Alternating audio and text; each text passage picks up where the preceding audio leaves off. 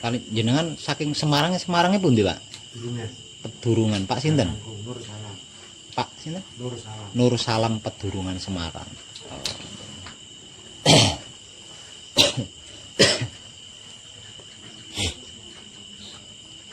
Kehilangan istri tanggal 27 Juli itu Nggih. udah kayak orang linglung lah. Sampai di situ, tapi saya yakin suatu saat akan ada Nah, dari kecil saya kan juga agama itu nyantri lah Pak kan. Nyantri ya Pak.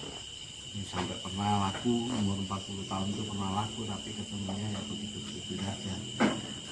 Tapi pada suatu saat yang terakhir kali ini saya berbicara sama polisi nggak menyembah nang di mau puasa di apa paling tidak 5 menit atau 10 menit setiap hari.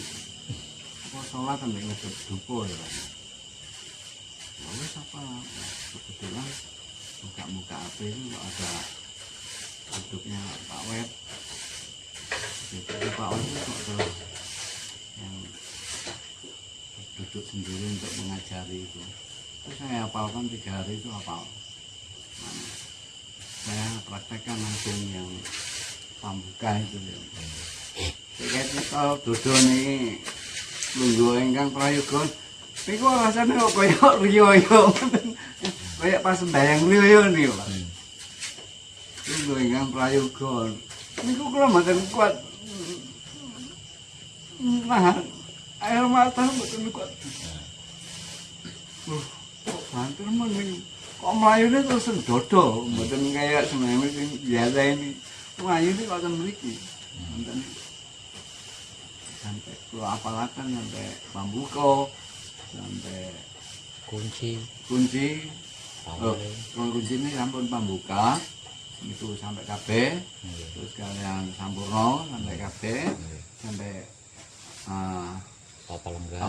Pambuka sama lampai dino-dino ini lho. Mantun film niki lho Pak. Niku ampun niku kula apalaken ini. Iki kula praktekaken terus dadi niku. Mantap. Ya saya sudah enggak melihat peke, enggak lihat apa udah enggak ngurus. Urusan aku peke itu urusan. Nah kalau Pak Nur gimana Pak Nur Salam? Ngertos kula saking pundi Pak Nur? Saking YouTube ya. Saking ngaji rasa napa? Kami dengan gambar Ngaji rasa. Ini penting buka-buka katanya Iya. kreatif kami katanya menarik cocok. Udah saya datang, tapi saya belum Turun sempat ya, belum sempat ketemu video bimbingannya ya. belum karena bukan ahli nusa, jadi penting ono tak pahami. Ini kan mulai usul lagi. Ya tapi ya udahlah saya ikut mau ngaji lagi sama Pak Ed. Ya tolong bimbing. Tapi kalau dimulai dari awal lama Pak Nur Salam ya. Lama bisa sampai 10 harian itu. Ya enggak apa-apa, mana prosesnya harus begitu. Yang penting saya sudah siap dan saya juga biasanya ikut apa sih. Jadi prosedurnya lah. Ya, saya enggak tahu apa ini, saya enggak tahu. Nanti kalau ada kesalahan ya selalu gimana ini supaya saya bisa mencapai titiknya. Tapi jenengan mboten kehilangan istri kados Pak niki wau nggih. Alhamdulillah. Ya tentunya masing-masing. Nggih. Tapi jenengan paham nggih kali dengan apa yang saya informasikan jenengan paham nggih? Maksudnya paham. Paham nggih. Jangan sampai salah paham maksudnya nggih. Maksudnya paham. Cuman prosedurnya adalah saya datang dulu nanti. Nah, ikut aja lah. Nggih. Soalnya ndak sedikit yang salah paham itu. Oh iya. Sedikit yang salah paham. Lah pengalaman ku cobi mampan iki Pak Lawas. Niki ati ini kok tambah lembut ngeten. Ati itu tambah lembut. Ya biasanya yang mangani kucing niku pokoke kucing ten jaba niku kalau pangani kalau cepai panganan ngoten pokoke wujud kasih sayang itu saja jadi apapun pokoknya setiap hari itu jadi situ akhirnya bisa apa kok tambah hati kok tambah terenyuhan ngono tambah kasih sayang ngono cobi ngampalaken niku lho Pak malah ceritane bagus. nah iki kepethuk wonge apa ceritane ngoten mawon wis aku tak budal kok musuh kopi ora apane kopi topo sih obat kopi ta wis dungakno kan saya tanggal 10 ini mantu Pak Nggih. Anak itu Sanjang yang putri itu Nggih. muntane manten kowe ora wis aku ketemu Pak Web dhisik cik dadi engko aku ndongakno awakmu cik mandi kok percaya diri aja kowe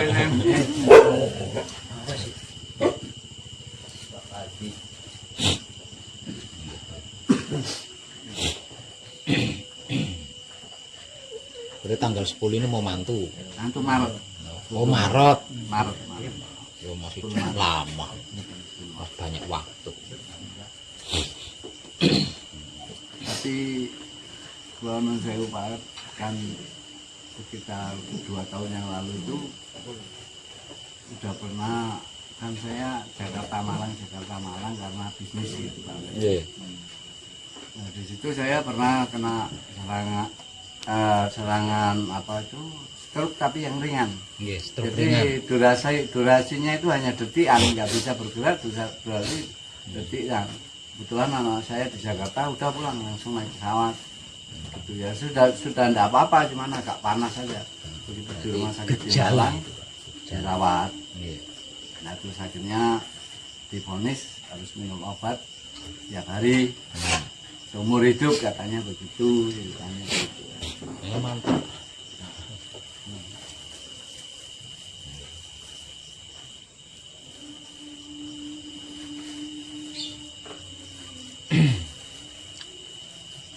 Jadi setiap bulan kontrol. Iya.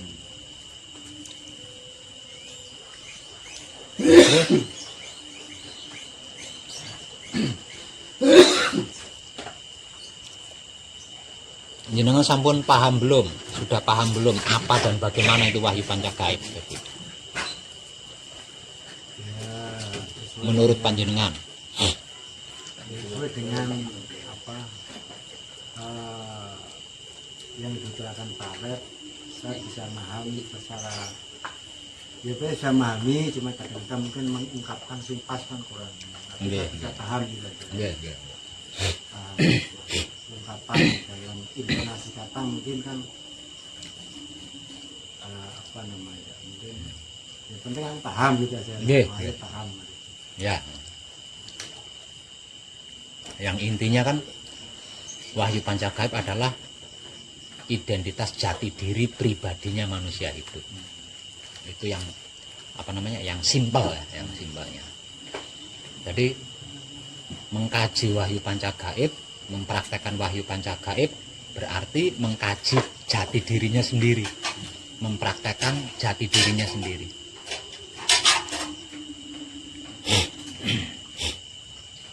Tapi di sini tidak semudah yang dipikirkan oleh orang pada umumnya loh Pak Nur Salam nggih. Kali Pak sinten? Akhirnya Pak Heri nggih. Tidak semudah seperti yang dipikirkan oleh orang pada umumnya. Karena mengkaji wahyu pancagaib, mempraktekkan wahyu pancagaib itu tidak ada kompromi. Nggih, nggak ada kompromi. Kalau pengkajian yang lainnya mungkin masih bisa dikompromi gitu ya. Masih bisa dikompromi. Semisal contoh dengan alasan saya lupa, saya hilap, lalu bisa memperbaiki diri. Tapi kalau di sini tidak bisa. Nggih. Salah tetap salah. Hilap tetap hilap, lupa tetap lupa, dan semuanya itu ada sanksinya. Ada sanksinya kalau di sini. Satu itu. Nah, terus yang kedua, mengkaji dan mempraktekkan wahyu pancagaib itu tidak boleh menyiksa diri. Seperti tirakat, puasa, melek. Nggih. Tidak boleh menyiksa diri.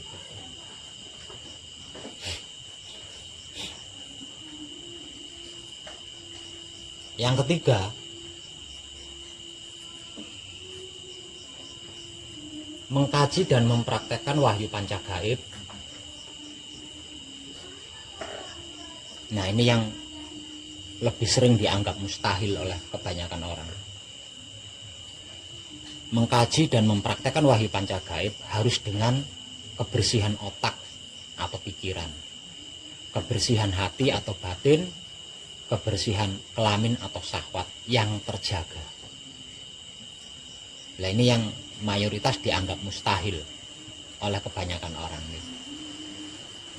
Tiga hal inilah yang menjadi lelaku bagi siapapun yang hendak mengkaji dan mempraktekkan wahyu pancagaib.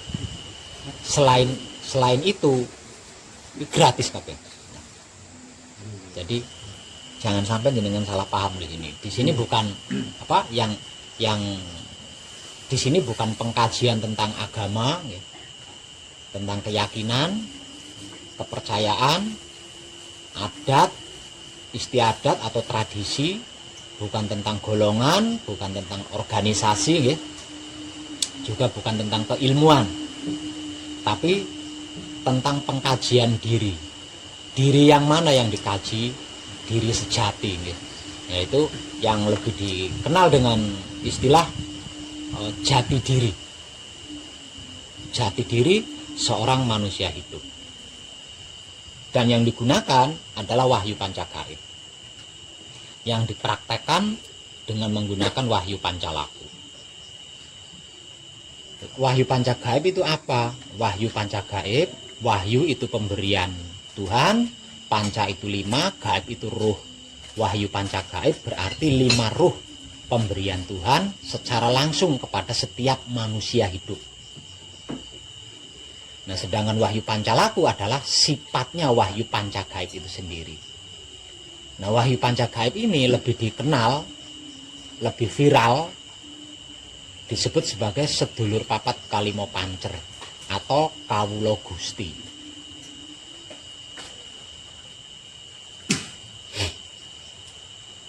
Lah, untuk bisa mengkajinya, untuk bisa mempraktekkannya, kita harus tahu diri dulu. Setelah tahu diri, kemudian kita harus selalu ingat diri, tidak boleh lupa. Nah, di sini sudah mulai tidak bisa dikompromi, Pak. Ya. Lupa, tetap lupa, dan itu ada sanksinya. Jadi setelah tahu diri, langkah selanjutnya harus selalu ingat diri. Tidak boleh lupa sama sekali. Menjauh yang ingat diri itu seperti apa, Pak? Nah, ini dia. Diri yang mana? Diri yang mana? Diri kita terdiri dari 2 hal. Hal pertama adalah raga, hal yang kedua adalah jiwa. Diri berarti jiwa raga kita. Nggih. Lah, ini tidak boleh lupa. Agar supaya panjenengan tidak lupa dan bisa mengingatnya dengan baik, maka perhatikan apa yang akan saya jelaskan. Nggih.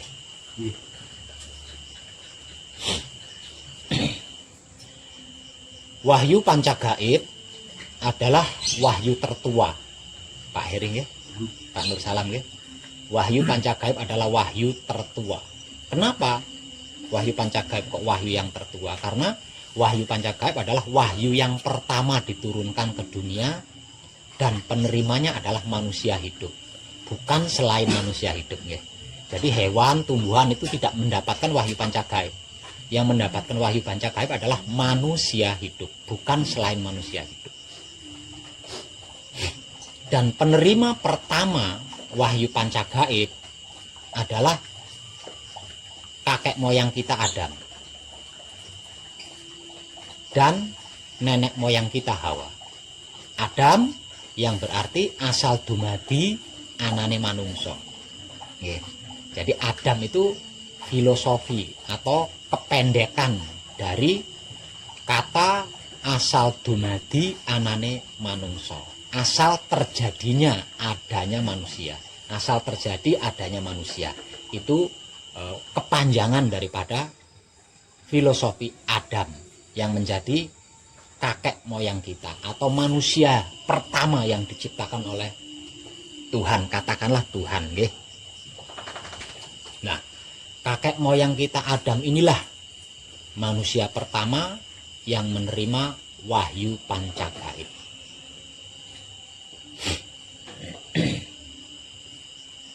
Jadi wahyu pancagaib itu bukan wahyu baru, tapi wahyu paling tua, wahyu pertama yang diturunkan ke dunia sebelum wahyu-wahyu lainnya diturunkan. Seperti apa proses turunnya wahyu pancagaib ketika diterima oleh kakek moyang kita Adam? Sebagai berikut. Ini berawal dari pertama kali Tuhan menciptakan manusia. Setelah Tuhan selesai menciptakan semuanya, segalanya, seluruhnya, kemudian Tuhan berkehendak ada yang mengetahui, ada yang mengenal, termasuk Tuhan itu sendiri. Jadi apapun yang sudah diciptakan oleh Tuhan, itu Tuhan berkehendak supaya ada yang mengetahui.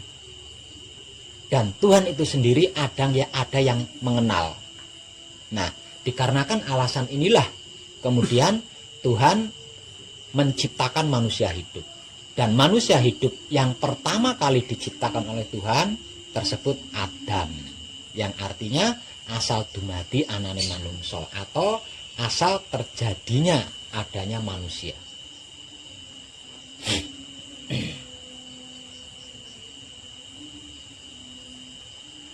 Tubuh Adam itu dicipta dari tanah pilihan. Tuhan yang selama ini kita kenal, yang selama ini kita pahami, itu adalah Maha Kuasa, nggih, Maha Kuasa. Walau seperti itu, Tuhan ketika menciptakan tubuh Adam itu tidak sekonyong-konyong mendatangi tanah pilihan yang hendak dijadikan tubuh Adam. Jadi kalau harus disampaikan dengan humor, ketika Tuhan hendak menciptakan tubuh Adam, Tuhan itu berkeliling dulu. Katakanlah berkeliling dunia. Jadi semua tanah yang sudah diciptakan itu dikelilingi. Jadi tidak sekonyong-konyong langsung datang ngambil gitu, tidak ya. Ada prosesnya. Setelah Tuhan berkeliling, mengelilingi seluruh tanah yang sudah diciptakan, kemudian Tuhan mengambil tanah pilihan. Tanah yang dia pilih maksudnya ya, bukan tanah pilihan. Tanah yang dia pilih. Kemudian tanah itu dicipta dengan sabda hingga menjadi tubuh Adam pada waktu itu. Nah, setelah tubuh Adam ini tadi tercipta, ketika itu tubuh Adam itu belum bisa apa-apa. Dan tidak bisa apa-apa. Masih tidak ubahnya seperti patung tanah yang jika tertimpa air setetes saja bisa cacat. Namanya juga patung tanah. Nggih. Kalau patung kayu, patung besi enggak mungkin cacat. Tapi ini patung tanah. Jadi tertimpa air setetes saja pasti cacat. Itu awal mula tubuh atau raganya Adam ketika pertama kali dicipta oleh Tuhan. Setelah tubuh Adam yang terbuat dari tanah itu selesai diciptakan, kemudian Tuhan membekali 4 anasir atau 4 elemen yang merupakan esensi kesaktiannya. Ya. 4 elemen yang menjadi esensi kesaktian Tuhan ini tadi diambil dari sari-sarinya air, sari-sarinya angin, sari-sarinya api, dan sari-sarinya bumi. Secara spiritual disebut sebagai 4 anasir. Oke. Lah, 4 anasir inilah yang memiliki, pada umumnya memiliki banyak sebutan. Ada yang menyebutnya sebagai kawula, ada yang menyebutnya sebagai sedulur papat, ada yang menyebutnya sebagai mutmainah, aluamah, amarah, supiyah, ada yang menyebutnya sebagai malaikat 4, dan masih banyak lagi sebutan-sebutan lain, termasuk sebutan-sebutan di dalam tradisi Jawa sebagai kakang kawah adi hari-hari, sedulur getih lan tunggal petok puser. Itulah sedulur papat atau 4 anasir yang menjadi esensi kesaktian ilmu Tuhan yang dibekalkan kepada kakek moyang kita Adam setelah tubuhnya tercipta dari tanah pilihan. Setelah 4 anasir ini tadi dibekalkan kepada tubuh Adam, pada waktu itu tubuh Adam masih tetap belum bisa apa-apa dan tidak bisa apa-apa. Masih seperti patung tanah yang jika tertimpa air setetes saja akan cacat.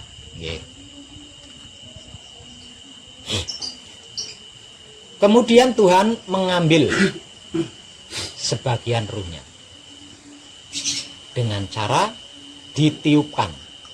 Aku tiupkan ruhku. Kemudian Tuhan berfirman, aku tiupkan ruhku. Setelah ruhnya ditiupkan kepada tubuh Adam dengan sabda kun, hidup, maka bermula dari saat itulah tubuh Adam mulai bisa bergerak. Mulai bisa melihat, mendengar, mencium, merasakan, berpikir, berhati, bersahwat, dan lain sebagainya.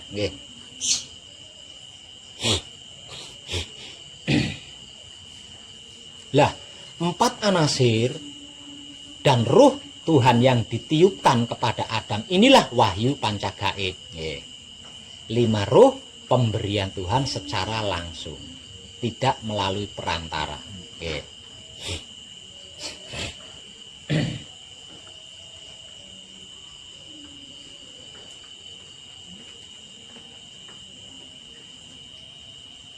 Setelah semua penciptaannya selesai, seiring berjalannya waktu, Adam, kakek moyang kita, mulai mengenal seluruh ciptaan Tuhan, termasuk Tuhan itu sendiri. Sehingganya kakek moyang kita Adam bisa menamai Tuhan. Awalnya Tuhan tidak memiliki sebutan, juga tidak memiliki nama-nama. Awalnya Tuhan adalah suci. Setelah suci ini tadi menciptakan Adam sebagai manusia pertama untuk mengenalnya dan seluruh ciptaannya, maka bermula dari situ suci ini tadi disebut oleh Adam sebagai Tuhan. Dinamai oleh Adam sebagai Maha Suci. Tadinya tidak pakai Maha, juga tidak pakai Tuhan, dan istilah-istilah lainnya. Seiring berjalannya waktu, Adam mulai mengenal seluruh ciptaan Tuhan, termasuk hewan-hewan. Dan ketika Adam memperhatikan seluruh makhluk itu selalu berpasang-pasangan. Sementara Adam sendiri tidak memiliki pasangan. Adam berpikir Tuhan kurang adil karena menciptakan dia hanya seorang diri, sedangkan makhluk lainnya itu berpasang-pasangan. Kenapa Tuhan menciptakan Adam seorang diri? Karena pasangan Adam adalah Tuhan itu sendiri. Namun dikarenakan Adam berpikir lain dan merasa enggan untuk berpasangan dengan Tuhan, maka pemikiran-pemikiran Tuhan itu diketahui oleh Tuhan karena Tuhan Maha Tahu. Nah, dari alasan apa yang menjadi pemikiran Adam inilah kemudian Adam diberikan pasangan selain Tuhan, yang pada akhirnya akan menjadi saingan Tuhan. Nggih. Hingga pada akhirnya akan menjadi saingannya Tuhan. Jadi awalnya manusia itu, Adam itu diciptakan sendiri, tidak seperti makhluk-makhluk lainnya yang berpasang-pasangan. Kenapa Adam diciptakan sendiri, kok tidak berpasangan seperti makhluk lainnya? Karena pasangannya Adam adalah Tuhan itu sendiri. Nggih. Tuhan Maha Tahu. Walaupun Tuhan tahu kalau pasangan baru yang diciptakan untuk Adam nantinya akan menjadi pesaing beratnya Tuhan, Tuhan tetap mengabulkan apa yang menjadi instruksinya si Adam. Diambillah tulang rusuk Adam, kemudian disabda menjadi raganya Hawa yang akan dijadikan pasangan Adam.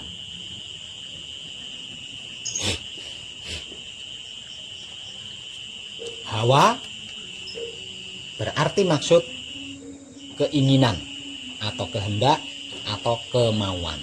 Jadi terciptanya Hawa itu atas kehendak atau keinginan atau kemauannya Adam, bukan kemauan Tuhan. Nggih. Dan Tuhan melakukan itu karena Tuhan sangat sayang kepada Adam.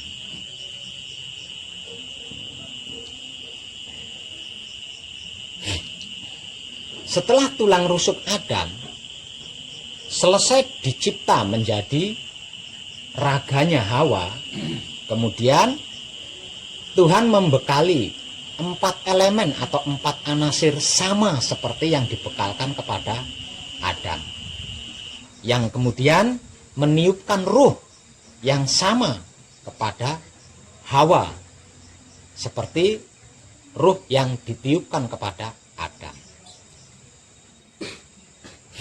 Nah, yang dibekalkan kepada Adam dan Hawa inilah yang tersebut sebagai wahyu panca gaib. Wahyu berarti pemberian Tuhan secara langsung tanpa perantara. Panca itu 5, gaib itu ruh. Wahyu panca gaib berarti maksud 5 ruh pemberian Tuhan secara langsung kepada Adam dan Hawa.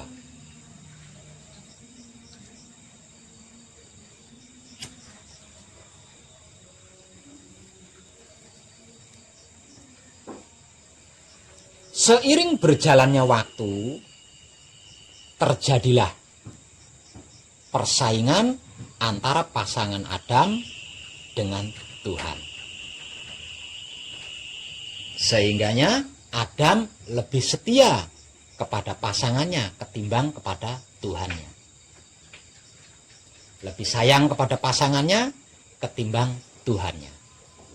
Dan lebih mengutamakan pasangannya ketimbang Tuhannya. Bermula dari sinilah masalah itu muncul. Bermula dari situlah masalah itu muncul.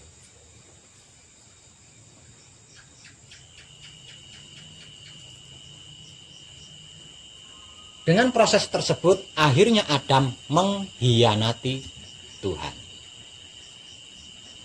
Demi pasangannya, akhirnya Adam mengkhianati Tuhan. Di sini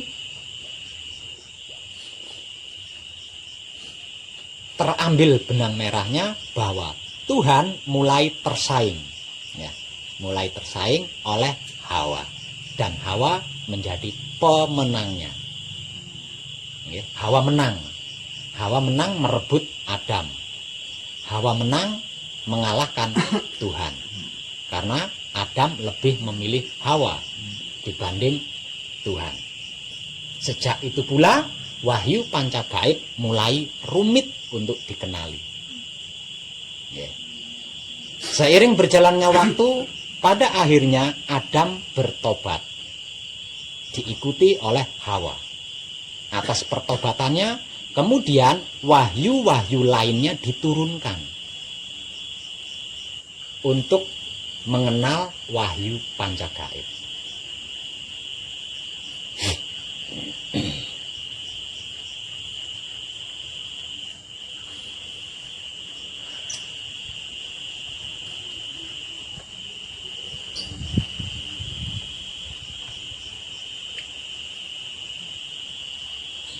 Namun ternyata wahyu-wahyu lainnya yang diturunkan itu tidak bisa digunakan untuk mengenali wahyu pancagaib oleh Adam dan Hawa. Adam dan Hawa kesulitan untuk mengenali wahyu pancagaib, padahal sudah diberikan wahyu-wahyu lainnya. Untuk mempermudah mengenal wahyu pancagaib, kemudian Tuhan menitipkan cinta kasih sayang kepada Adam. Dalam jangka waktu proses yang tidak sebentar, lalu Tuhan menitipkan juga cinta kasih sayang kepada Hawa. Dalam jangka waktu yang tidak sebentar pula, kemudian Tuhan menggerakkan cinta kasih sayang yang dititipkan kepada Adam dan cinta kasih sayang yang dititipkan kepada Hawa. Kemudian kedua cinta kasih sayang itu digerakkan dan dimanunggalkan, terjadilah janin sebagai anak cucu Adam dan Hawa, termasuk kita.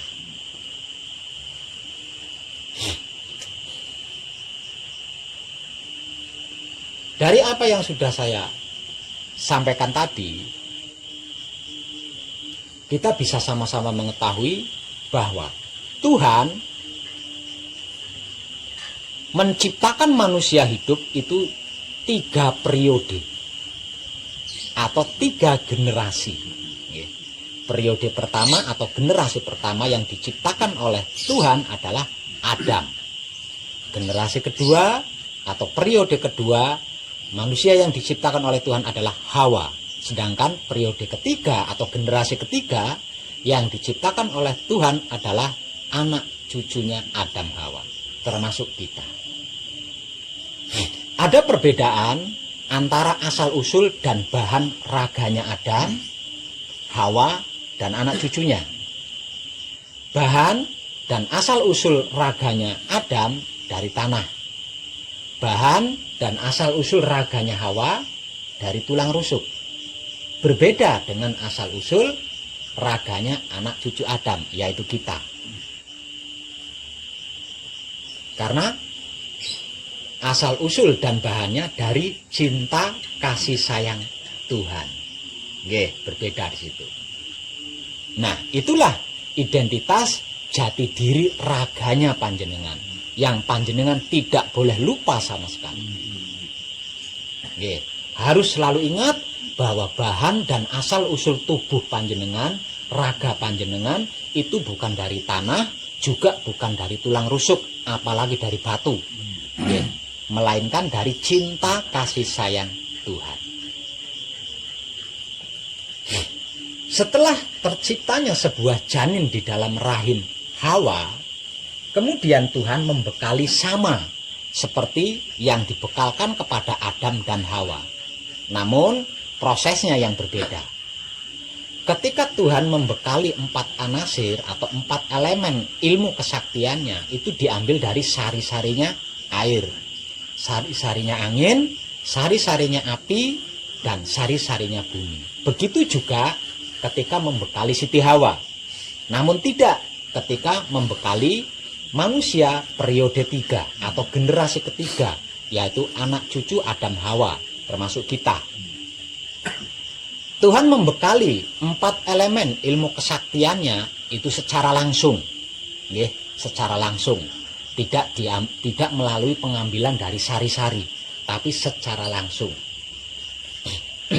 Dan ketika Tuhan menghidupkan jiwa raganya anak cucu Adam, yaitu kita, itu tidak dengan cara ditiupkan. Ketika menghidupkan Adam dan ketika menghidupkan Hawa, itu dengan cara Tuhan meniupkan ruhnya, tapi tidak dengan anak cucu Adam dan Hawa, termasuk kita. Setelah selesai proses penciptaannya, kemudian Tuhan berfirman, aku ambil sebagian ruhku. Tadi tidak ditiup, tidak ditiup. Aku ambil sebagian ruhku. Setelah ruhnya ini tadi diambil, di sini kemudian terjadi dialog. Terjadi dialog antara Maha Suci Tuhan dengan hidupnya Maha Suci Tuhan. Lah, seluruh dialog yang didialogkan itu tentang kehidupan, ya, tentang kehidupan di dunia. Maka dengan itu berarti seluruh manusia hidup itu sudah dibekali yang sangat komplit, sudah dirancang dengan baik, ya.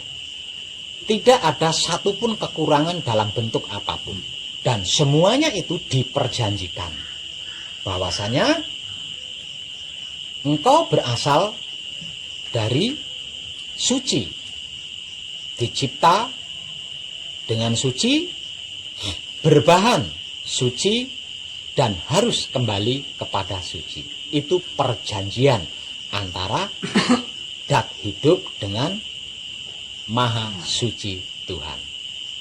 Setelah perjanjian ini selesai, kemudian seluruh perjanjian itu ditulis di dalam kitab Lauhul Mahfuz.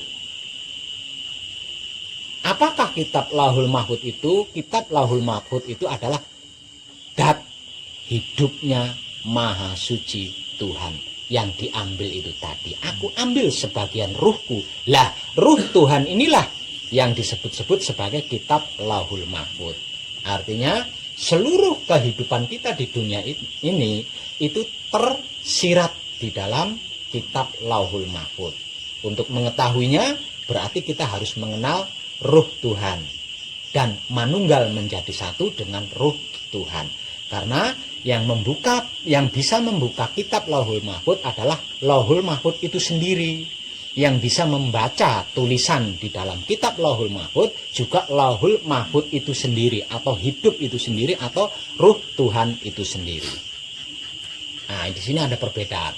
Kalau harus dimuliakan, lebih mulia mana? Adam, Hawa dengan anak cucunya. Setelah itu, kemudian Tuhan menurunkan seluruh wahyunya kepada anak cucu Adam agar lebih mudah mengenali wahyu pancagaib atau sedulur papat kalimo panca.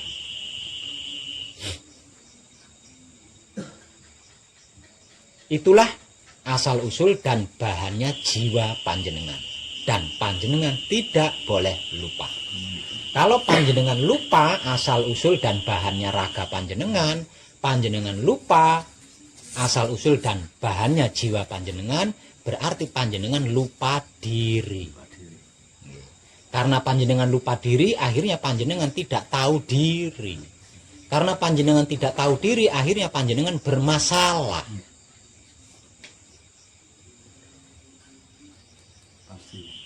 Ya. Lah, untuk itulah pengkajian kita di sini. Tentang itulah pengkajian kita di sini. Dan semua yang sudah saya sampaikan tadi tidak bisa ditempuh dengan uang. Tidak bisa ditempuh dengan uang, tidak bisa ditempuh dengan sesaji. Tumpeng, ingkung, menyan, dupo, tidak bisa. Juga tidak bisa ditempuh dengan perut lapar, karena puasa, tirakat, atau bertapa.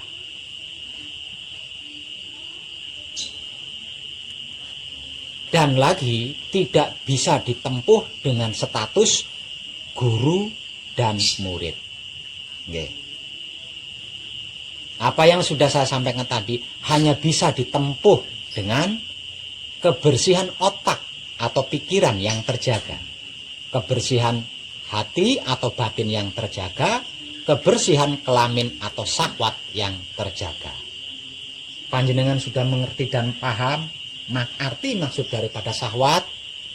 Nggih. Paham, bagus kalau paham. Jangan sampai nanti syahwat itu dimaknai dengan seks, bukan ya? Syahwat itu bukan seks, syahwat itu keinginan. Keinginan sifatnya negatif lah. Nggih, semua. Sifat positif juga kalau itu atas dasar keinginan itu syahwat. Nggih. Semua keinginan itulah syahwat, entah baik mau buruk, Kalau itu atas dasar keinginan, berarti itulah syahwat. Nun sewu. Kalau seandainya keinginan baik, kan wujudnya istilahnya mau mengambil apa dagangan lah, itu kan berkeinginan baik. Ya. Itu apa bisa mengotori syahwat? Nah kalau itu kan keinginan. Keinginan. Nah, berarti itu kan syahwat. Syahwat. Nah terus yang ditanyakan apanya? Bisa mengotori. Bisa mengotori kelamin panjenengan, bisa mengotori syahwat panjenengan jika panjenengan tidak berpedoman pada Tuhan, tidak manunggal dengan hidup. Yeah. Jadi yang penting manunggalnya itu dulu. Ya, jadi untuk bisa menjaga kebersihan kelamin atau syahwat, kita harus manunggal dengan hidup. Yeah, kita harus manunggal dengan hidup. Kalau tidak manunggal dengan hidup, sudah pasti itu akan menjadi noda. Akan menjadi noda. Dan yang namanya noda, namanya kotoran, itu jodohnya adalah pembersihan. Lah di sini tersebut karma. Yang lebih dikenal dengan sebutan karma. Karma itu tidak peduli baik, tidak peduli buruk. Kita berbuat baik akan diadili oleh kebaikan yang kita lakukan. Kita berbuat buruk akan diadili oleh keburukan yang kita lakukan. Lah, kalau kita tidak manunggal dengan hidup. Nah, pengadilan inilah yang disebut sebagai noda kelamin atau syahwat, atau kotoran kelamin atau kotoran syahwat. Dan terus salah satu untuk supaya kita menyatu, apa itu dengan kita melakukan ritual setiap hari begitu, apa bisa Pak? Untuk bisa manunggal dengan hidup, maka kita harus mempraktekkan wahyu pancagaib yang tak lain dan tak bukan adalah sedulur papat kalimo pancernya kita sendiri, menggunakan wahyu pancalaku. Yang tak lain dan tak bukan adalah sifatnya wahyu pancagaib atau sedulur papat kalimo pancer. Jika tidak bisa. Tidak bisa.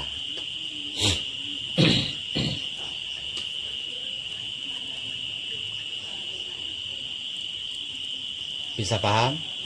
Kesimpulannya, mengkaji, mempraktekkan wahyu pancagaib menggunakan wahyu pancalaku berarti mengkaji dan mempraktekkan sedulur papat kalimo pancernya sendiri. Dan sedulur papat kalimo pancer ini bukan agama, dia tidak terlibat di dalam agama, tidak terlibat di dalam keyakinan, tidak terlibat di dalam kepercayaan, organisasi, partai, ilmu, kebatinan dan lain sebagainya. Dia tidak terlibat di hal-hal semuanya itu. Buktinya apa Pak Web kok bisa tidak terlibat? Orang Islam memiliki sedulur papat kalimo pancer. Orang Kristen juga memiliki sedulur papat kalimo pancer. Orang Hindu bahkan orang kafir sekalipun sama memiliki sedulur papat kalimo pancer yang artinya sama-sama memiliki wahyu pancagaib. Hanya saja ada yang sudah mengerti dan memahami, ada yang belum mengerti dan memahami. Yang belum mengerti dan memahami inilah yang disebut orang awam. Sedangkan yang sudah mengerti dan memahami disebut sebagai putra. Paham ya? Untuk Mas Heri, panjenengan sudah berhasil membangun dasarnya, yaitu kunci the power level 1, kunci the power level 2, kunci the power level 3. Langkah selanjutnya adalah nglungguhake asma. Setelah nglungguhake asma, itu ada laku terakhir. Saat ini panjenengan masih di dalam laku murni menuju suci. Laku murni menuju suci panjenengan ini harus selesai. Setelah selesai, panjenengan asma sejatinya harus lungguh. Nggih. Setelah asma sejatinya lungguh, panjenengan harus melanjutkan laku. Nggih, harus melanjutkan laku ke laku suci menuju abadi. Nah, untuk laku suci menuju abadi, panjenengan harus gembleng terlebih dahulu, mengkhususkan diri untuk berjuang, berkorban, dan mengabdi kepada sedulur papat kalimo pancernya panjenengan sendiri. Itu maksimal berapa kali yang sampurna, yang wijil toto lengga, yang anu itu maksimal berapa hari? Berapa kali sehari itu, Pak? Gembleng untuk yang sudah membangun pondasi itu dibutuhkan waktu 8 hari. Nggih. Karena apa? Karena ada beberapa tahap yang harus dilalui ketika gembleng. Tahap pertama melakukan patrap samadhi kunci. Tahap kedua melakukan patrap samadhi paweling. Tahap ketiga melakukan patrap samadhi singkir. Yang keempat melakukan patrap samadhi mijil sowan. Yang kelima melakukan patrap samadhi mijil sampurno. Yang keenam melakukan patrap samadhi mijil toto lenggah. Dan yang ketujuh melakukan patrap samadhi manunggal jati. Sedangkan yang kedelapannya adalah penyelesaian. Yang manunggal jati itu yang belum pernah. Nah, ya makanya itu adanya di Gembleng, Pak Heringga. Ya, adanya di Gembleng. Apakah panjenengan siap untuk dilungguhi oleh asma sejati panjenengan? Siap. Siap. Karena hanya dengan seperti itu panjenengan baru bisa merasakan nikmatnya kemanunggalan antara wujud, sedulur papat, dan hidup. Kalau belum dilungguhi asma, panjenengan masih mengalami kesulitan untuk bisa menikmati rasanya. Dikarenakan seumur hidup panjenengan sudah terlanjur terlena dengan asiknya duniawi, termasuk kehilangan istri. Nah, selama ini panjenengan tidak pernah kan merasa kehilangan Tuhan? Iya kan? Iya. Nah, Oh iya, kok bisa? berarti istri panjenengan berhasil mengalahkan Tuhan. Ya, tapi tidak usah dibahas. Yang terpenting panjenengan mampu bisa menyempurnakan almarhumah. Nggih. Kasihan beliau di sana jika tidak sempurna.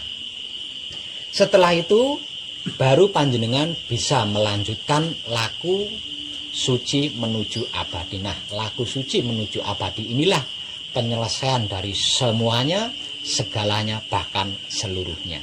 Artinya, kalau panjenengan berhasil menyelesaikan gembleng, yang artinya setelah itu panjenengan akan laku suci menuju abadi, apakah panjenengan sudah siap menjadi orang bahagia? Ya, sangat siap. Oh, sangat siap. Menjadi orang sehat panjenengan siap? Sangat siap. Menjadi orang kaya, sukses Sangat panjenengan siap. Sangat Oke. siap. Menjadi orang yang manunggal dengan gustinya siap. Sangat siap. Itu yang saya tunggu-tunggu. Mantap. Siap semua ya? Siap semua. Ada terkecualian di sini. Napa? Ketika panjenengan berhasil mencapai puncak, maka seluruh identitas jati diri panjenengan akan saya ketahui. Panjenengan manusia baru atau manusia yang pernah hidup ratusan tahun yang lalu, saya akan mengetahuinya. Dengan mengetahui itu, berarti saya bisa mengetahui takdir panjenengan. Nah, di sini jenengan siap apa enggak? Ya siap. Ya, siap. Ya. Oke. Semisal ternyata panjenengan ditakdirkan menjadi orang miskin, apa panjenengan siap? Siap. Nah, siap. Oke. Kalau ditakdirkan menjadi orang yang menyampaikan kebenaran Tuhan, siap? Siap. Kalau panjenengan ditakdirkan, panjenengan ternyata jodohnya masih hidup, Artinya panjenengan harus kawin lagi. Apa panjenengan siap? Siap. Nah, ternyata jodoh panjenengan itu wujudnya sama laki-lakinya. Ayo. Nah, siap ora? Ayo mikir loh. Ternyata jodoh sejati panjenengan itu adalah berwujud sama laki-lakinya seperti panjenengan. Ayo, siap ora? Mikir toh, mau siap tanpa jeda toh. Nah, saiki jedane suwi men.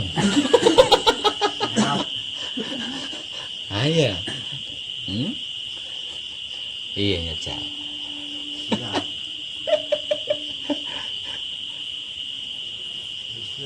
Saya nggak paham itu ya.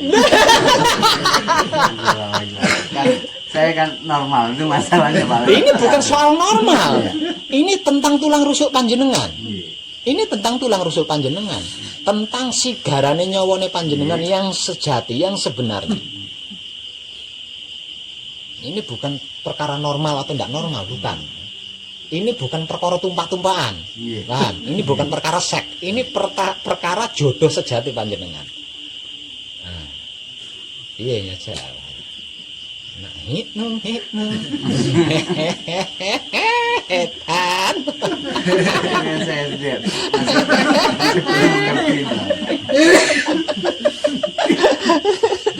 Ah, ini dia.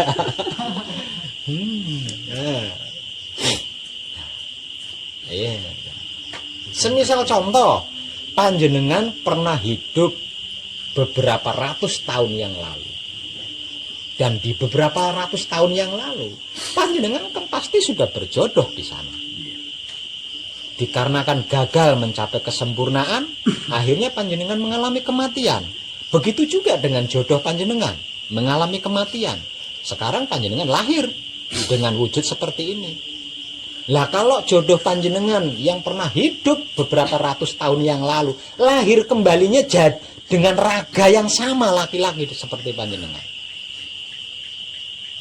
Ayo sih.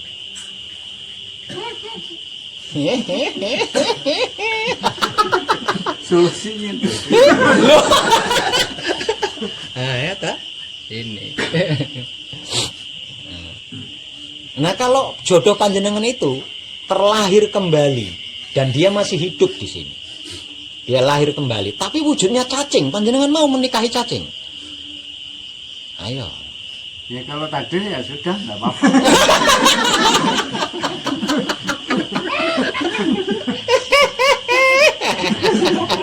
Edan.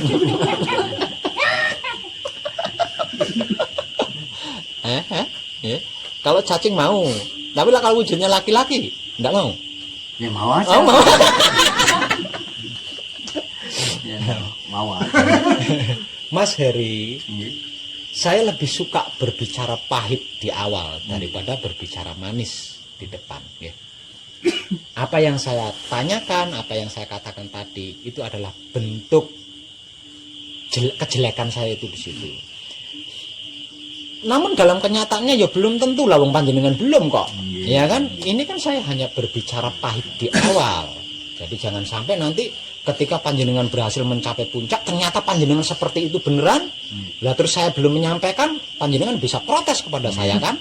Nah, tapi kalau saya mengatakannya sejak awal, kan? Nah, maksudnya seperti itu. Nggih, belum tentu panjenengan seperti itu, nggih.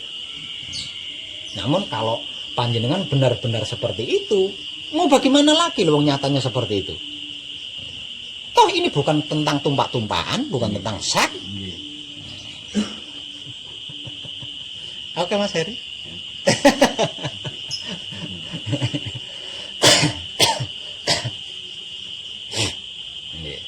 Semuanya, segalanya, seluruhnya akan Mas Heri dapatkan jika Mas Heri sudah berada di ranah laku suci menuju abadi. Ya wis ndonga wae, muga-muga jodoh sejatine panjenengan wis manunggal. Soalnya khawatir nek urung manunggal nek jebule wujude padha lanange masalah. Tapi kalau seperti itu jangan selak, jangan ingkar janji karena kenyataan panjenengan. Nggih. Satu misal panjenengan adalah manusia baru, bukan manusia lama yang pernah hidup beberapa ratus yang silam. Tidak mungkin panjenengan memiliki jodoh yang simpang siur itu tadi wujudnya. Itu belum selesai. Sekarang hampir yang terakhir. Ternyata jodohnya Mas Heri itu 10. Ayo, siap sanggup enggak? 10 orang. Misal ini. Siap. Tenang gitu Mas Heri. Ya karena saya kan sudah merasakan bahwa kan sudah melewati tahap apa yang saya lakukan sudah menyatu. Berarti kan ini kan ada perintah yang ada di dalam, ya sudah siap itu. Masuk Mas Eko.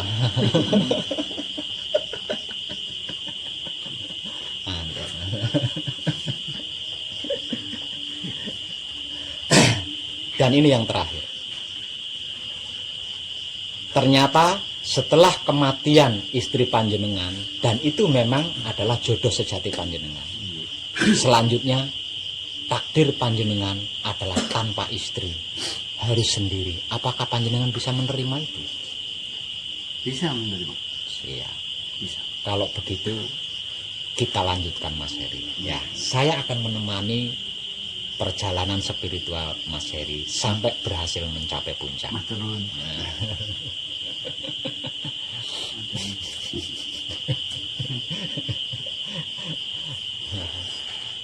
Karena saya belajar konsepnya di sini tuh bisa kayaknya ya karena saya dulunya pernah laku gitu ya. Tapi inti dasar dari Wahyu Pancalaku itu kayaknya sudah punya. Jadi sudah menyatu, terus Wahyu Pancagaibnya tinggal ngerapake wae langsung bleng itu nyambung, malah waduh cocok tenan ya. Tapi nun sewu Pak.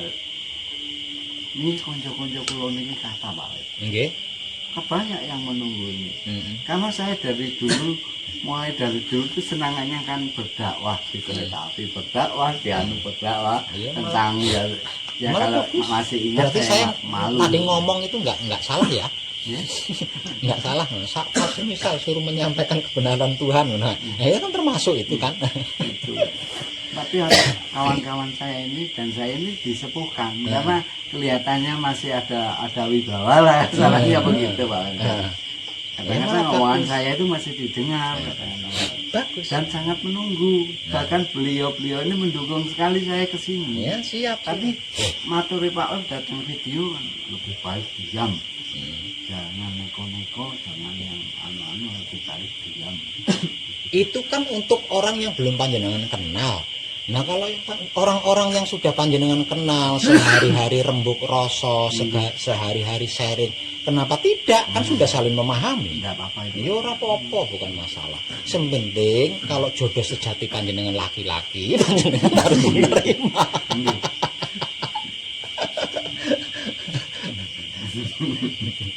Karena selama ini mindset kita itu sudah tidak tepat di dalam memaknai jodoh dan perkawinan Pak Heri.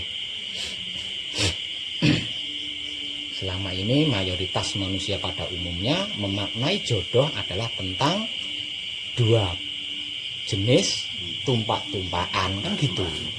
Padahal jodoh itu bukan seperti itu, yang dimaksud jodoh itu bukan seperti itu.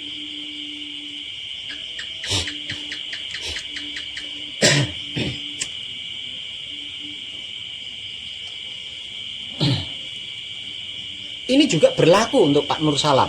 Oh ya. Amin. Si ojo amin si jenengan bojone si urip iki. Nggih, alhamdulillah. Lah ya kan? Bojone si sehat. Artinya masih punya istri. Nah, oh ya boleh. Ojo suwi-suwi, Pak. Satu misal, ketika panjenengan sudah berhasil mencapai puncaknya gembleng, yang artinya saya mengetahui seluruh seluk-beluk panjenengan, dan diantaranya ternyata panjenengan selain istri yang sekarang panjenengan masih punya takdir untuk mempunyai istri-istri sampai 7 katakanlah, 8 karo sing saiki. Apa jenengan iso nampa? Jenengan akan menyang. Ayo. Kalau saya ikut takdir aja. Ikut apa? Ikut takdir aja. Kalau sudah takdir ya sudah saya ikut aja.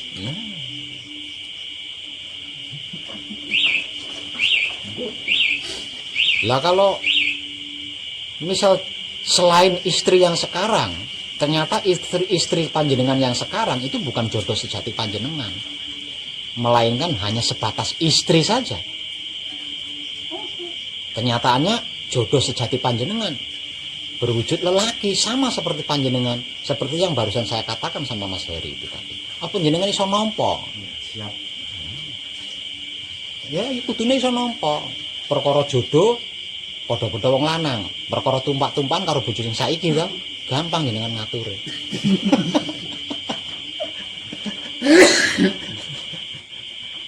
Yang penting anu Pak, saya bisa menjalani lagu ini sesuai dengan apa ya, sesuai dengan yang saya inginkan ya. Tujuan hidup saya itu yang paling pokok itu. Nah iya, seperti Yang lain itu sudah ikut takdir aja.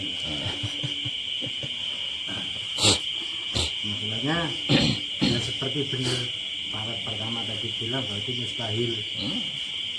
Kalau saya juga ringkah misalnya, berusaha mati kan mikir, kadang-kadang nggak boleh berubah itu kan saya berpikir juga. Makanya yang penting saya bisa beradaptasi dan sekaligus bisa mencapai titik klimaknya itu yang paling pokok gitu. nggih. Yang penting penunjuknya lah. Nggih. Mohon. Nggih. Seperti yang sudah saya katakan di awal tadi, di sini tuh rumit, Mas Nur Salam, Mas Heri. Ini rumit sekali. Nah, kerumitan ini kita temui dikarenakan kita sudah terlalu banyak mindset yang tidak tepat, ya. Doktrin dogma yang tidak tepat. Nah, itu yang menjadikan kita akan mengalami kerumitan di dalam laku ini. Semisal contoh memaknai Tuhan, kalau Tuhan itu seperti ini. Nah, ini kan sudah terlanjur berakar di otak kita. Ya. Contoh kedua tentang jodoh, tentang perkawinan. Nah, selama ini kan kita memaknainya seperti itu. Itu kan sudah terlanjur berakar. Satu itu. Nah, selama ini juga kita terlanjur terdoktrin, terdogma kalau mengenal Tuhan itu bisa ditempuh dengan saling memfitnah, saling benci. Kira-kira kan gitu kan. Kalau nyatanya semua orang ngaku bertuhan, tapi di dalam prakteknya saling benci, saling fitnah, saling bully. Artinya kan mereka menganggap dengan cara itu bisa mengenal Tuhan kan. Nah, kita sudah terlanjur ada di situ. Nah, itu bukan hal mudah untuk merubah mindset seperti itu.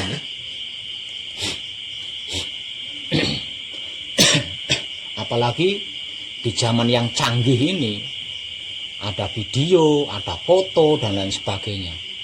Nah, ketika video itu muncul sebuah cahaya, itu digambarkan Tuhan. Jadi Tuhan itu seperti lampu yang sedang bercahaya, sorot. Nah, tidak ada satupun mata yang mampu menatap cahaya itu. Nah, itu Tuhan. Ada yang menggambarkan Tuhan itu berwujud ini, dan lain-lain. Nah, ini kita sudah berakar di sini. Artinya untuk menyaksikan Tuhan yang sesungguhnya itu nanti bertentangan dengan apa yang sudah terdoktrin itu. Itu akan sangat bertentangan. Ya, katanya sejarah ketika Nabi Musa menyaksikan Tuhan di gunung Tulkiyem, Tulkiyem. Tulsina.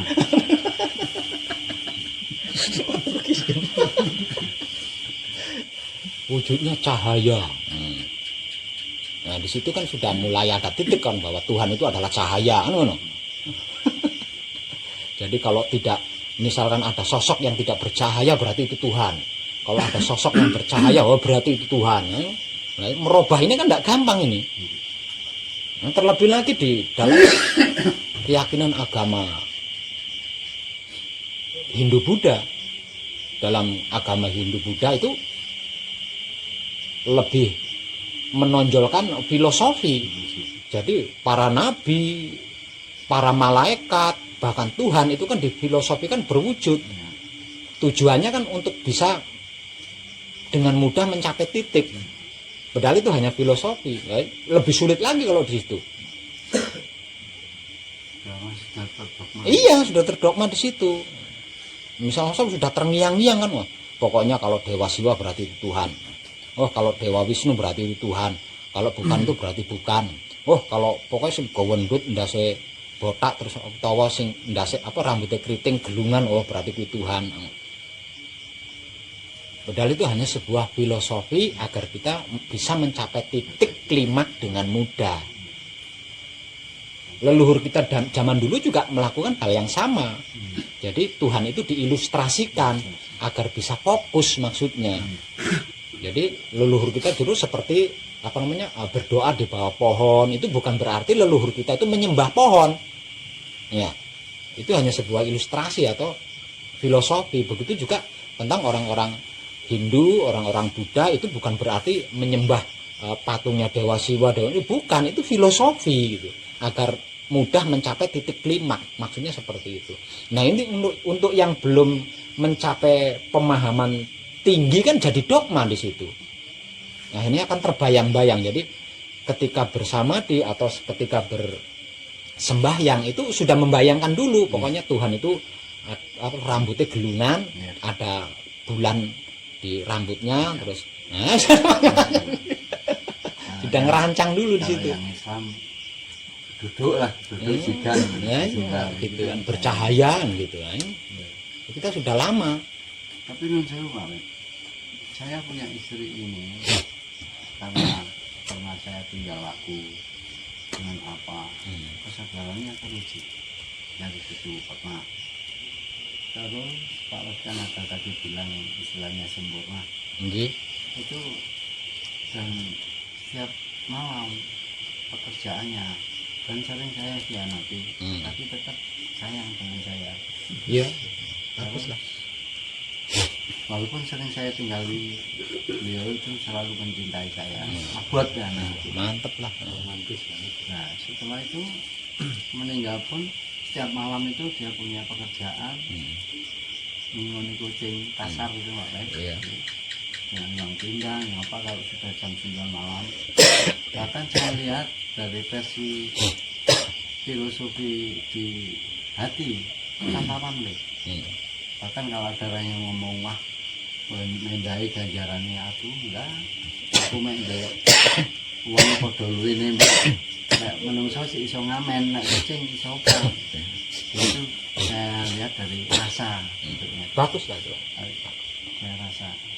Makanya beliau ini begitu meninggalnya mulai cilik memang sudah soro sampai menjadi istri saya itu sampai mempunyai anak 5 itu dan 24 jam hanya tidur saja. Di saat semuanya dengan ketulusan itu saya yang bisa merasakan. Makanya begitu saya ditinggalkan itu begitu langsung kayak ada sesuatu yang hilang. Iya, memang separuh ini separuh. Tapi masalah kesempurnaan Pak Lek, yang Pak Lek tadi bilang, itu dari perjalanan kayak begitu apa belum bisa sempurna apa bagaimana? Nah, dia kan pernah jadi wadai sampean. Ya bergantung sama sampean, bergantung sama lakunya sampean. Nah, lakunya sampean berhasil apa gagal mencapai kesempurnaan kan ngono Pak. Ada tarik ulurnya. Ya iya wong pernah jadi wadai sampean. Wadah banyu maksudnya. Wadah banyu ya. Kending. Iya. Ini ada benarnya ya. Saya pernah saya punya ada kakak seperti saudara. Hati-hati loh lakumu katanya itu sama saya. Jadi saya lihat kalau saya lihat dari di Jerman itu Pak kan beda. Seseorang tidak akan memikul dosa orang lain kan begitu Pak kan. Dosanya dia.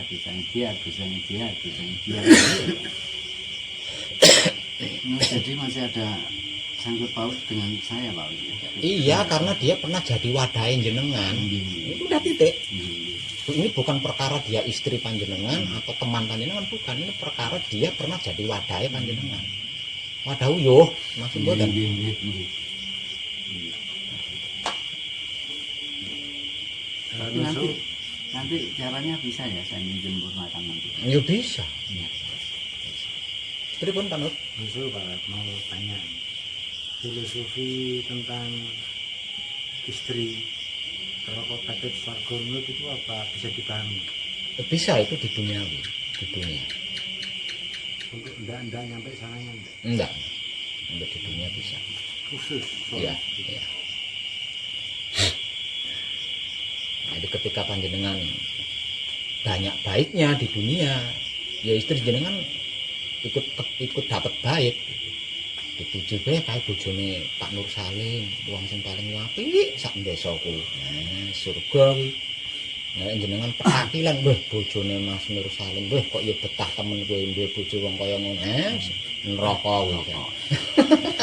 Padahal dene orang melok nglakoni buruk ya, tapi dia ikut kena buruknya. Margo jenengane kok buruk. Nek tekan kono ya mengko dhisik, beda urusane. Enggak, maksudnya misalnya beban itu saya sebagai seorang suami saya pikul lah untuk kesananya itu bisa enggak?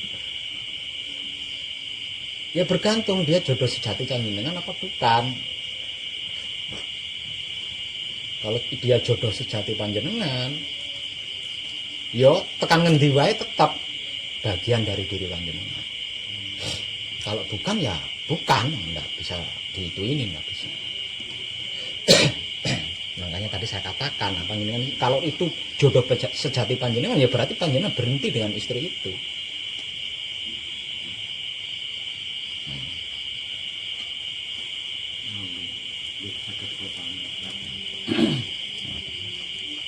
Panjenengan pernah dengar enggak ada nenek-nenek bojone sik lancing, sik bujang? Pernah dengar enggak? Ya, benar. Nah, itu karena apa? Bukan. Karena jodoh kan? Karena jodoh sejati. Yang perempuan udah nenek-nenek, udah keot ya. Suaminya masih ting-ting. Karena apa? Karena jodoh sejati. Ya dua-duanya bisa menerima karena jodoh sejati ya. Artinya cinta kasih sayang mereka berdua itu bukan atas dasar syahwat, bukan atas dasar seks. Tapi kalau kita lihat secara realita, alasan-alasan itu pun juga apa iso menentukan bahwa itu jodohnya. Karena gini, alasan yang saya ketahui ya, mereka tuh kawin memang karena laki-lakinya tuh istilahnya kurang kebak, dan dia masalah nafsu seks ada. Terus yang tua itu sendiri ya kesempatan lah untuk ada jamu ibadah. Nah itu beda lagi. Berpikirnya secara Itu beda lagi. jadi kan, tapi dia sudah betul-betul menikah. Nah, kita kan kita pakai logika ya. Kalau kita lihat secara logika memang seperti itu alasannya. Maksudnya yang bisa kita pahami kan seperti itu. Ya, kan itu belum bisa dikatakan ya ini bahwa alasannya kurang tepat. Lah ya makanya itu beda lagi Pak Nur Salam. Iya beda lagi.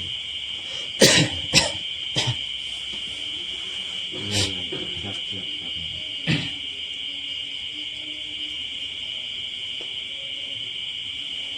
Bisa dipahami apa yang sudah saya sampaikan tadi ya. Dan ini yang terakhir. Ya. Tuhan yang kita pahami selama ini adalah suci. Ya. Tuhan yang kita pahami selama ini adalah suci. Sesungguhnya adalah suci. Dan suci itu bukan warna, bukan bentuk. Suci adalah sikon atau situasi dan kondisi yang dimana di dalamnya tidak ada apa-apa, apa-apapun tidak ada. Apapun tidak bisa masuk ke dalamnya. Apapun itu tidak bisa mendekat. Dikarenakan itu adalah suci. Suci tidak bisa dicampuri dan tidak bisa tercampuri. Karena suci adalah sikon atau situasi dan kondisi yang amat sangat murni, asli.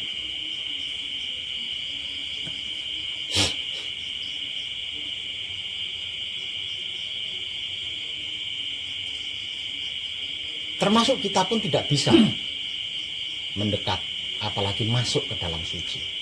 Padahal semuanya, segalanya, dan seluruhnya itu berasal dari suci dan harus kembali ke suci.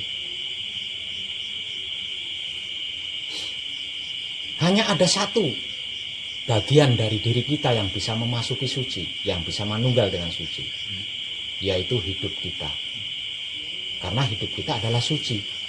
Kenapa hidup kita disebut suci? Karena hidup kita adalah ruh Tuhan. Bagian dari Tuhan itu sendiri. Hanya hidup kita yang bisa mencapai suci. Di sisi lain, manusia hidup dikatakan mati. Manusia hidup dinyatakan mati jika ditinggal hidupnya. Kalau berpisah dengan hidupnya, maka manusia hidup itu dinyatakan mati. Dikatakan manusia hidup dikarenakan hidupnya belum berpisah, belum pergi, masih ada di dalam dirinya. Puncak pengkajian atau praktek yang sedang kita lakukan adalah mencapai suci. Maka yang bisa mencapai suci itu adalah hidup kita. Artinya hidup kita tidak bisa mencapai suci dengan membawa serta jiwa raganya. Karena jiwa raga kita berbahan. Berbeda dengan hidup yang tidak berbahan. Artinya, untuk mencapai hidup, untuk mencapai suci, kita harus berpisah dengan hidup. Dan kita, ketika berpisah dengan hidup, berarti kita mati.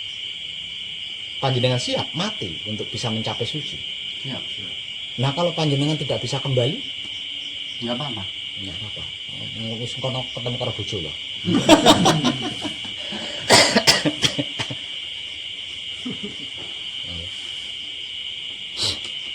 Kalau panjenengan berani mati untuk mencapai suci ini, dan saya lebih berani menemani panjenengan untuk masuk ke dalam suci.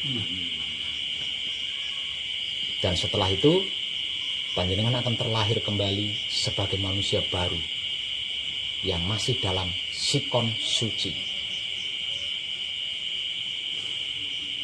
Dan kesucian itu harus panjenengan jaga, harus panjenengan rawat hingga menjadi universal.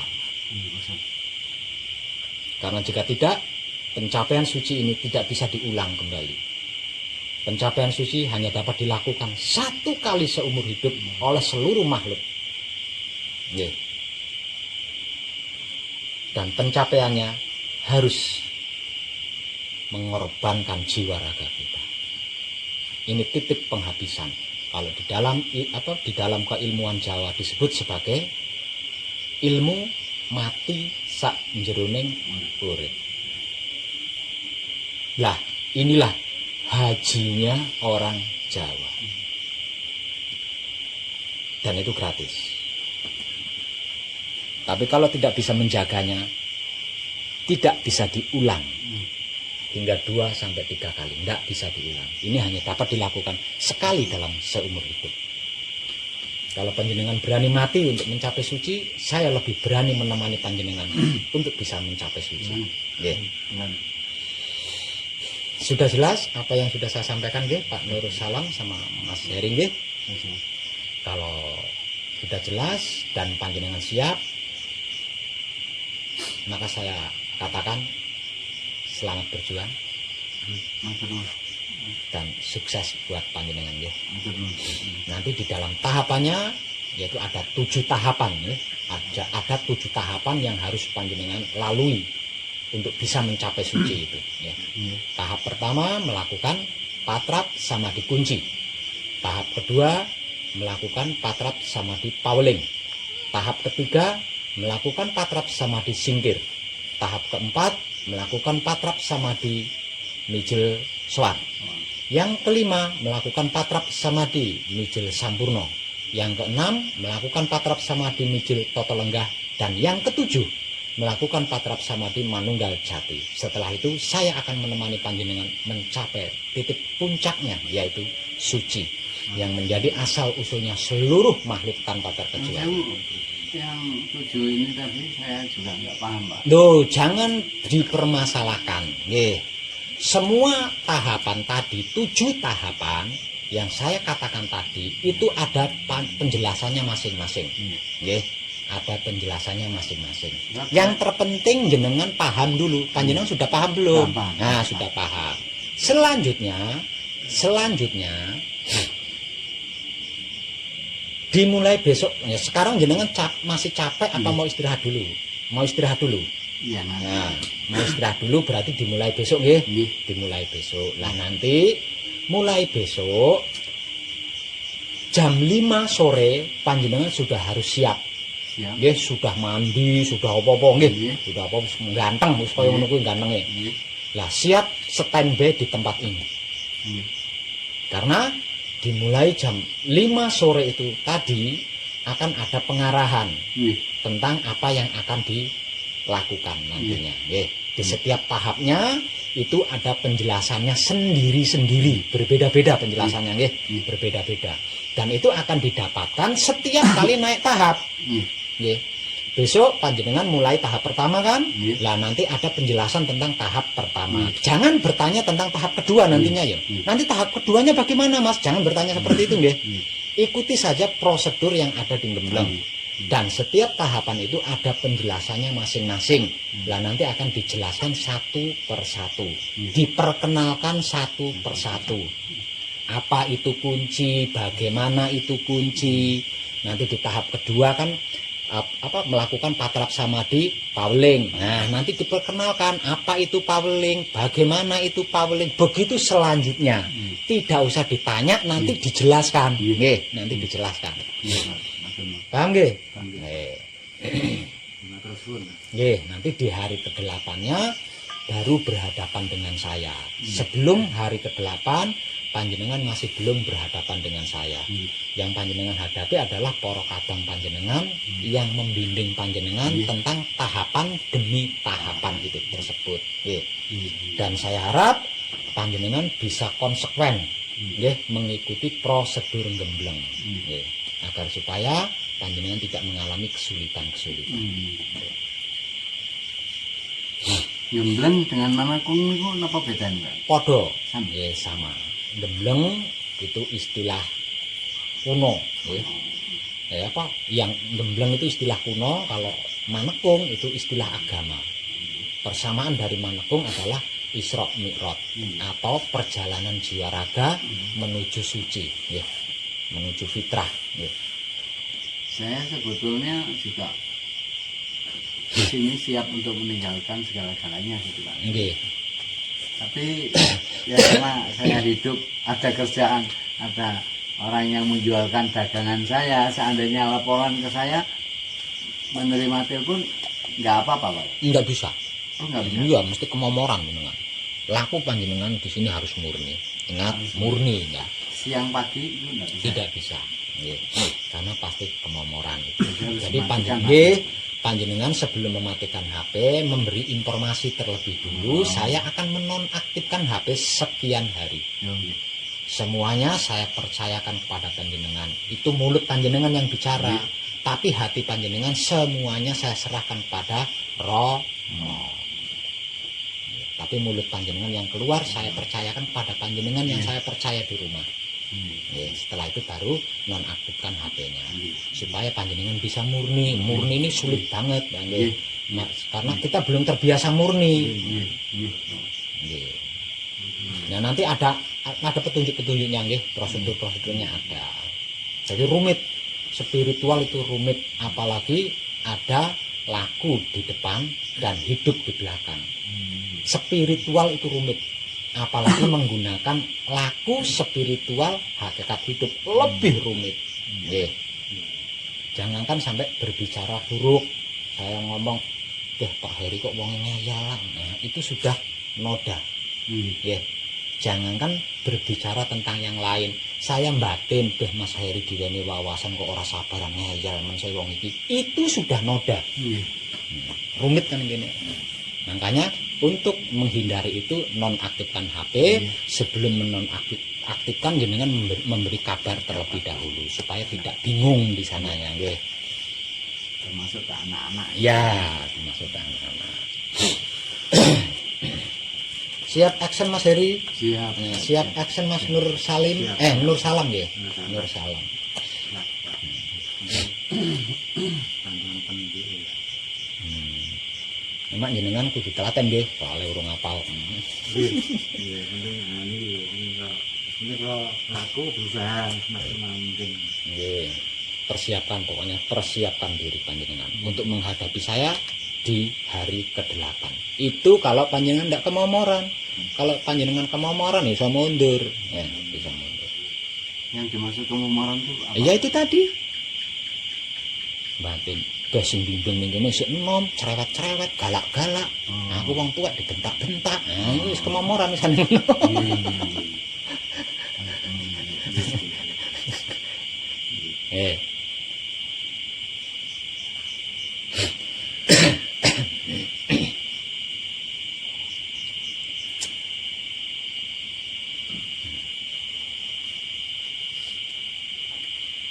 Paham? Paham. Siap, Pak. Sekali lagi, jangan lupa dengan identitas jati diri raganya panjenengan sendiri. Jangan pernah lupa dengan identitas jati diri jiwanya panjenengan sendiri.